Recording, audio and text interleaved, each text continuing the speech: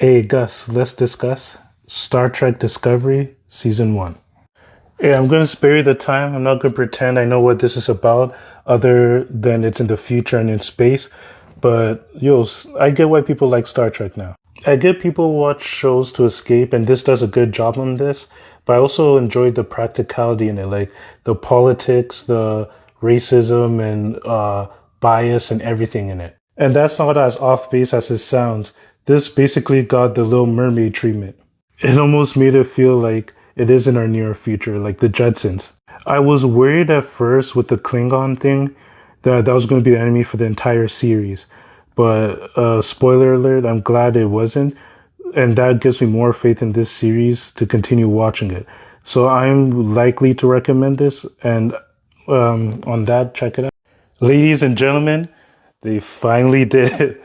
They finally figured out how to bring nostalgia back, but properly. And 30 years after the Karate Kid franchise 2, Cobra Kai Season 1, a masterpiece. Not only is the cinematography beautiful in this and the sound design and all those little things that really make up a movie or TV show, but the writing was spectacular.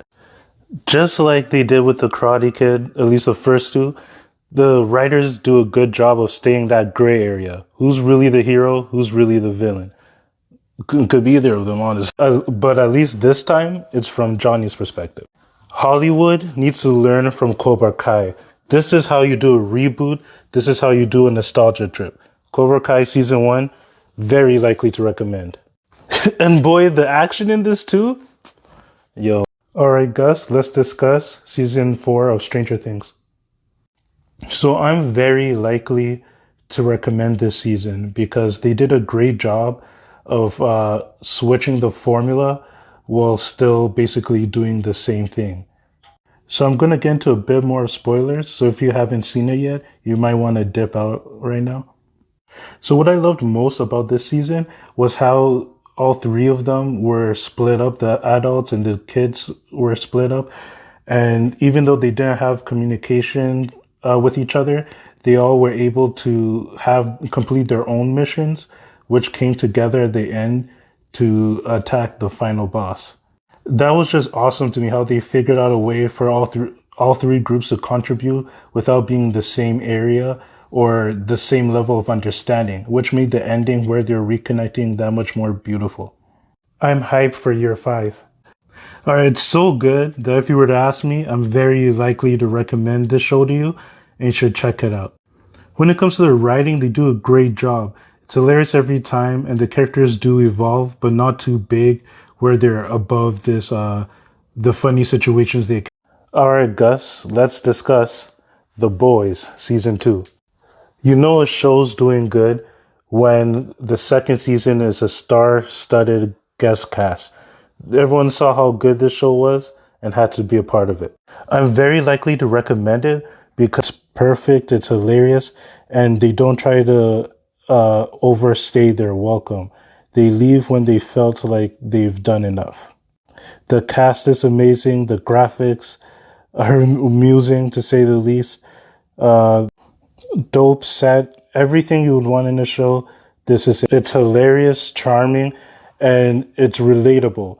The emotions they show in this show are how people would probably react to these situations in real life and not exaggerated, not hyperbole. Yet still funny. So I'm very likely. Hey Gus, I don't know what you're doing if you're not watching this show, The Righteous Gemstones. I highly, highly recommend it. This show walks a fine line of being a televangelist satire show. For a show that's based on religion and it's very heavily talks about religious topics, it isn't preachy. I think this might be the best show to involve religion. They don't try to sway you whether to be religious or not be religious, as most shows do when they talk about religion, always having some agenda either way. This show just tells a funny story that happens to be centered on pretty accurate depiction of religion. People who practice it, let me clarify. And somehow they're able to throw action in there and actually make it really interesting, not just a relational dynamic thing. And the second season, does a great job of pushing the story forward, which I was worried about at first. Yo, just check this show out. You won't regret it. Praise him. Hey Gus, ready to hear about the best show on Netflix that you haven't heard about yet? It's Vincenzo.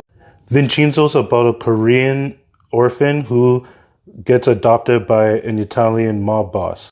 Like all mafia movies, things get dicey, right? So he has to run back to South Korea, where he tries to get $3 trillion won, or 3 billion Canadian dollars worth of gold that he helped hide. Perk is the guy who he hid it for died, so it's up for grabs basically. Yo, this show has everything you could ask for: action, comedy, thriller, horror, comedy, if I didn't say that already. This is the all-purpose spice of TV shows. The best, probably one of my favorites now. If you've seen Vincenzo and you know another show like it, please recommend it to me. This show is the all-purpose spice of TV. It's perfect.